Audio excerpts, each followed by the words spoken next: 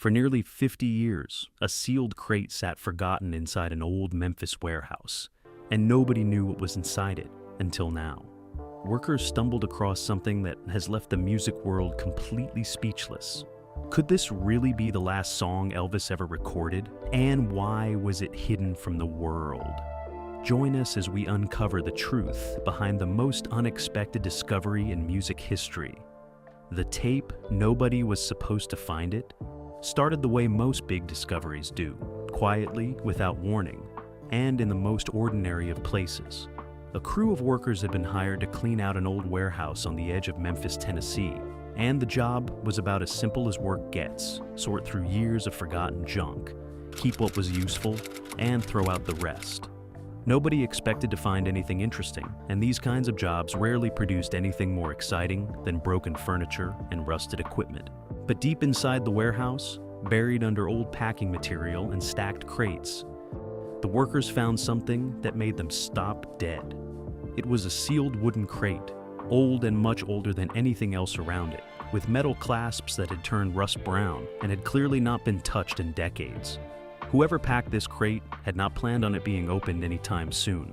Inside, wrapped in old protective material, were several magnetic recording tapes, most carrying the kind of faded studio labels that were common in the music industry during the 1970s. With session numbers, production codes, and technical notes written in pencil, the kind of markings that would mean nothing to most people. But one tape was different. Written clearly across its label, in careful handwriting, were three simple words: Elvis, private session.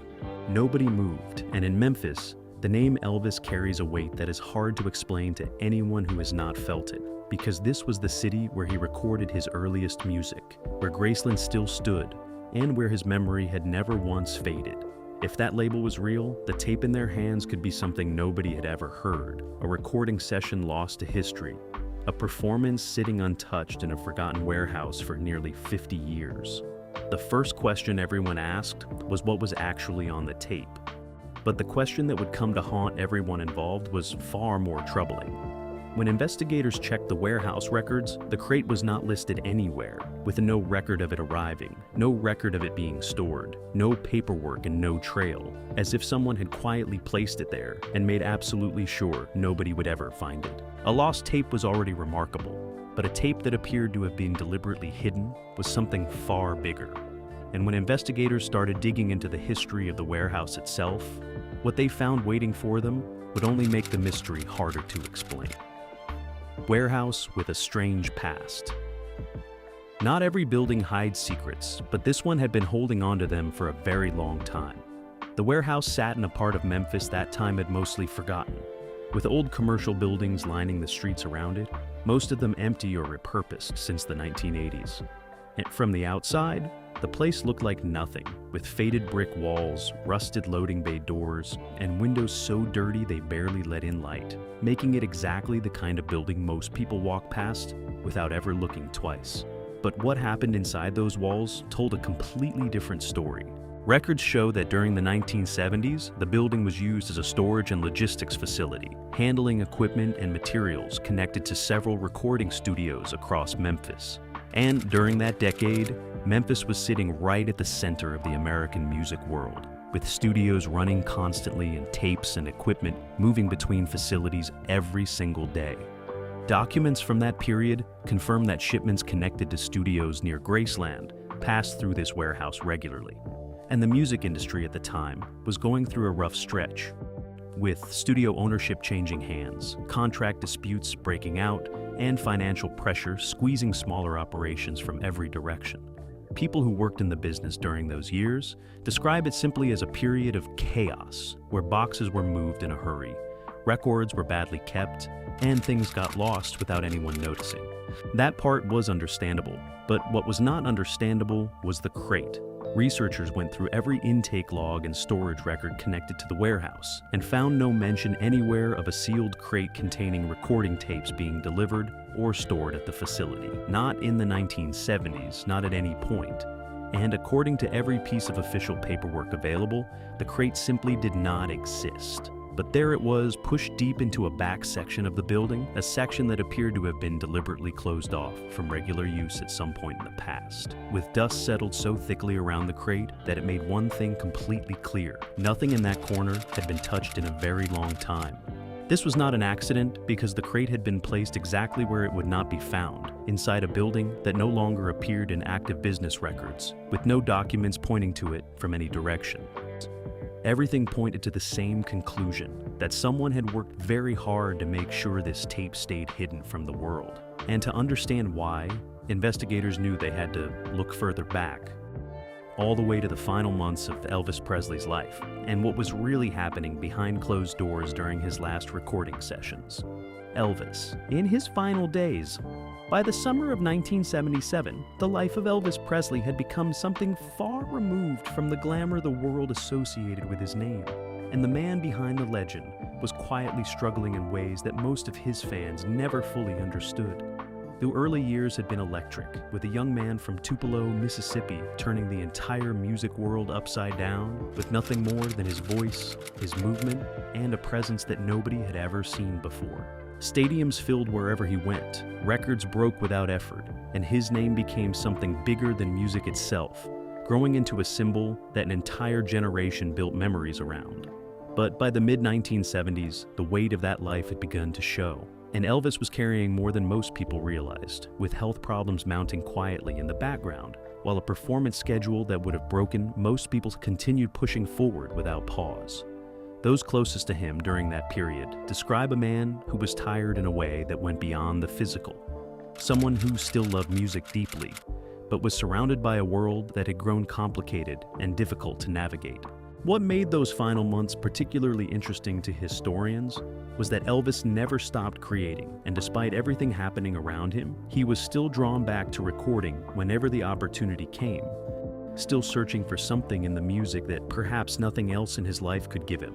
Official records show that his final known recording sessions had been documented and accounted for, giving fans and historians a clear picture of what he had been working on before his passing in August of 1977. And for decades, the story was considered complete, with nothing left unaccounted for.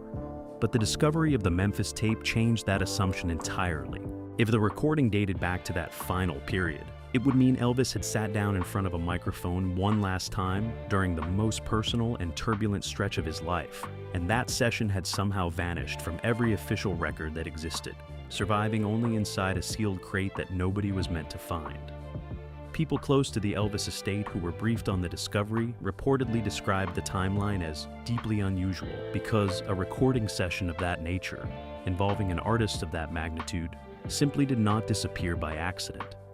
Something had been done to make sure it stayed hidden, and the answer to what that something was appeared to live on the tape itself, because the moment it was finally played, nobody in the room was prepared for what came out of those speakers.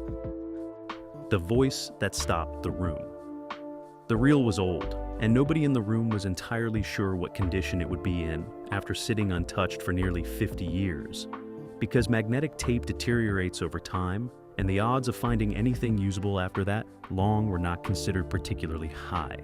Audio engineers worked carefully, cleaning and preparing the reel before it ever got near a playback machine, treating it with the kind of patience that rare and fragile recordings demand.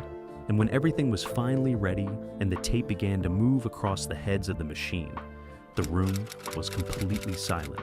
For a few seconds, there was nothing but the soft hiss of aged tape running through the mechanism, the kind of static noise that sits between moments and makes the air feel heavy with anticipation. And then, without any introduction or build-up, a voice filled the room. There was no mistaking it. Even through the texture of an old recording, even with the slight degradation that decades of storage had added to the sound, the voice was immediately and completely recognizable to everyone present, warm and low, and carrying that unmistakable quality that had made it one of the most celebrated voices in the history of recorded music. Elvis was singing softly, almost carefully, as though he were alone in the room and performing only for himself, and witnesses who were present during that first playback described the experience as genuinely overwhelming because the performance carried an emotional weight that his more polished studio recordings rarely reached, something raw and unguarded sitting just beneath every note. The production on the tape was minimal, with little more than a simple musical arrangement surrounding the vocal, which only made the voice itself more prominent and more affecting. And engineers noted that the recording quality, despite its age, was good enough to suggest it had been made in a professional setting with proper equipment. But what truly silenced the room was not simply the voice or the quality of the recording, it was the song itself. Because after every known Elvis recording had been cataloged, studied, and documented over the decades following his passing, nobody in that room had ever heard this particular song before. It existed in no official archive, appeared in no known session notes, and matched nothing in the vast and well-documented catalog that the Elvis estate had maintained for nearly half a century. The song was completely unknown, and that alone would have made the discovery extraordinary.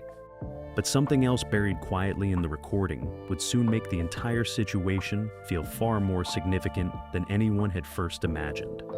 The song that sounds like a goodbye.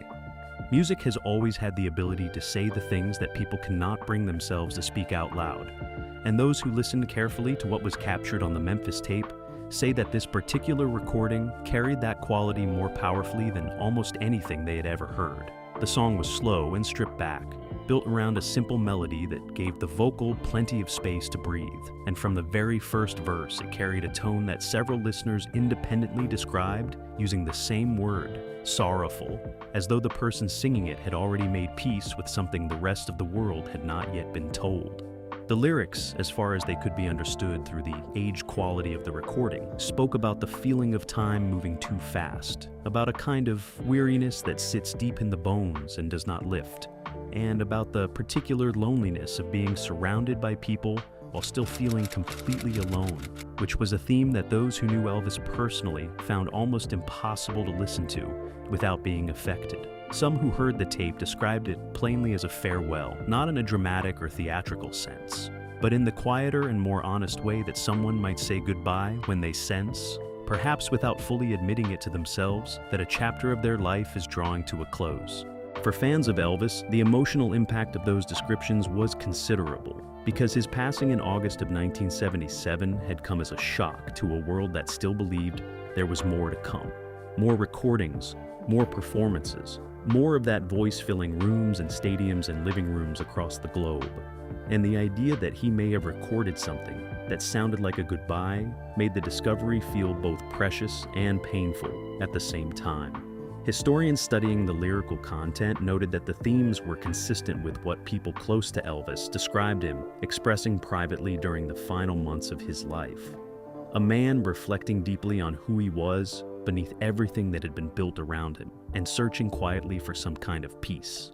The song felt real in a way that was difficult to explain, and the more people listened, the harder it became to dismiss it as anything other than exactly what it appeared to be, an unguarded moment from one of the most guarded men in the history of popular music. But just as the emotional weight of the recording was beginning to settle, audio engineers studying the tape more closely made a discovery that shifted the entire mood of the room in a completely different direction. The mysterious voice on the tape audio engineers are trained to listen differently from everyone else. And where most people hear a finished piece of music, they hear layers, separating vocals from instruments, background noise from deliberate sound, and the things that were meant to be recorded from the things that simply crept in without anyone noticing. It was during one of these deeper listening sessions that something caught the attention of the team working on the Memphis tape, something that had not been obvious during the first few playbacks, but became increasingly difficult to ignore once it had been identified, sitting quietly beneath the main vocal, like a detail hiding in plain sight. During certain passages of the recording, particularly in the quieter moments between verses where the musical arrangement pulled back and left more space in the mix, there appeared to be a second voice captured faintly in the background of the tape, low enough that it could easily be dismissed as ambient noise on a first listen, but consistent enough in its patterns that engineers began to believe it was something more deliberate than that. The most straightforward explanation was that it belonged to someone else who had simply been present in the studio. During the session, a technician, a producer, or someone standing close enough to a live microphone to be picked up without intending to be. And in any normal recording situation, that would have been the end of the conversation. But this was not a normal recording situation, because there were no official records showing that this session had ever taken place. No booking logs, no engineer notes, no studio schedules, and no documentation of any kind that could confirm who had been in the room that night or what their role had been. In the world of professional recording, sessions of this nature simply did not happen without paperwork, and yet here was a tape with no paper trail attached to it whatsoever, carrying not one voice but what appeared to be two, and nobody could say with any certainty who the second person was or why they had been there. Speculation among the team grew quickly, with some suggesting the second voice might belong to someone whose connection to Elvis or to the recording could explain why such extraordinary effort had been made to keep the session hidden, and others arguing that the voice itself might hold a clue about what the recording was really intended to be. What everyone agreed on was that the answer was unlikely to be found in the tape alone, and that to understand how an entire recording session involving Elvis Presley had been completely erased from history, they would need to look much more closely at the man who controlled almost every aspect of his professional life. It's the secretive world of Elvis's management. To understand how a recording session involving one of the most famous artists in the world could vanish without a single trace, it helps to understand exactly how tightly the world of Elvis Presley was controlled, and at the center of that control, for the better part of 2 decades, stood one man. Colonel Tom Parker had managed Elvis since the mid-1950s, and the relationship between the two men shaped almost everything about how Elvis's career was built, presented, and protected from the outside world, with Parker operating as the gatekeeper between Elvis and virtually everyone else. From record labels and film studios to journalists and fellow musicians who wanted access to his client.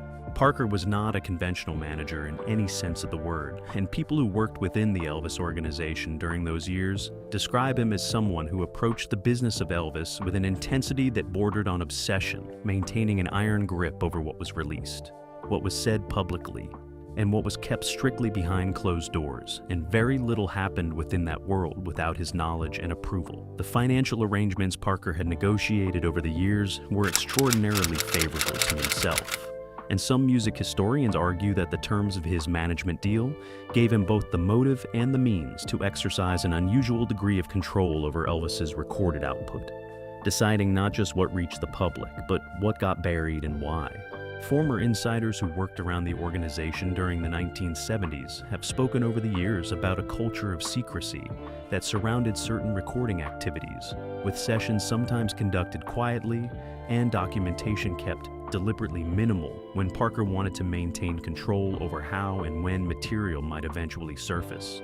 Against that backdrop, the existence of a completely undocumented session began to make a different kind of sense. Because if Parker had been present or had authorized a private recording that he intended to manage separately from the official catalog, keeping it off the books would have been entirely consistent with how he operated. What remained unclear was whether the decision to hide the tape had been made to protect something, to preserve something for later use, or to ensure that whatever Elvis had recorded that night would never reach the public at all. And the answer to that question appeared to depend heavily on what exactly the song revealed about the man behind the legend. But before any of that could be resolved, word of the tape had already begun to leak out, and a world of obsessive collectors was about to make the situation considerably more complicated. The collector rumors begin. There is a world that exists just beneath the surface of the mainstream music industry, populated by people whose dedication to finding lost and unreleased recordings goes far beyond casual interest. And when word of the Memphis tape began to quietly circulate among those circles, the reaction was immediate and intense. Rare music collectors represent a particular kind of obsession, spending years and sometimes entire lifetimes chasing down recordings that the official channels never released, tracking leads across continents, paying extraordinary sums for a few seconds of previously unheard audio, and building networks of the contacts that reach deep into the archival and studio worlds, all in pursuit of the one discovery that nobody else has made yet.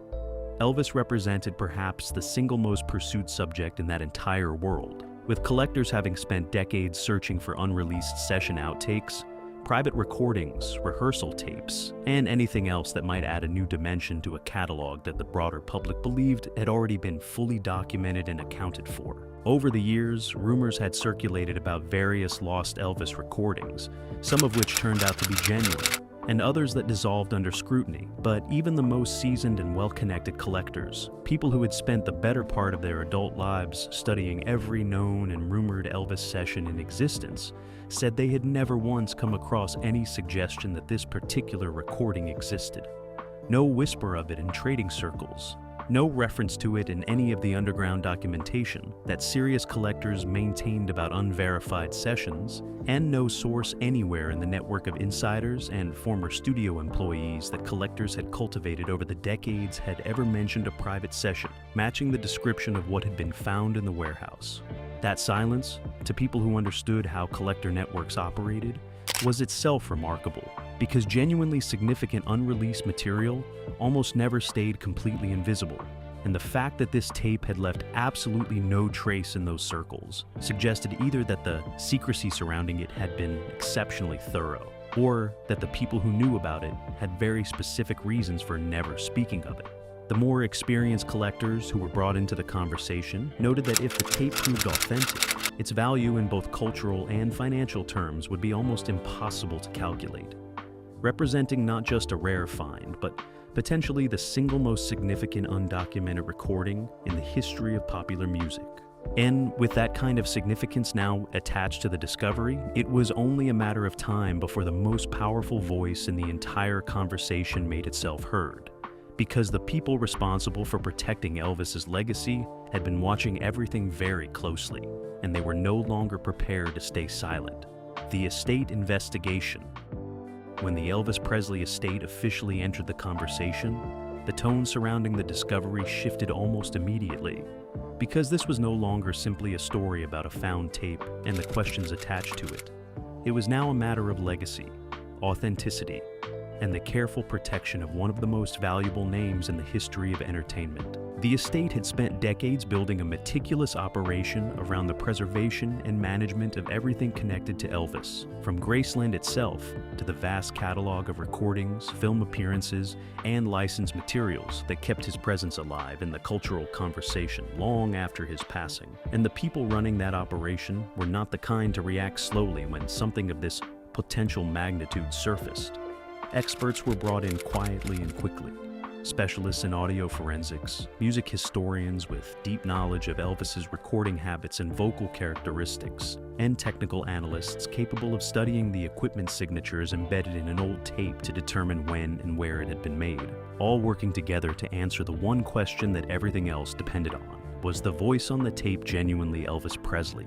The process was described by those familiar with it as painstaking, involving a close comparison of the vocal on the Memphis tape against known recordings from the same period, an analysis of the instruments and arrangement style used in the session, and a technical examination of the tape's physical properties to establish whether the materials were consistent with recording technology available in the 1970s.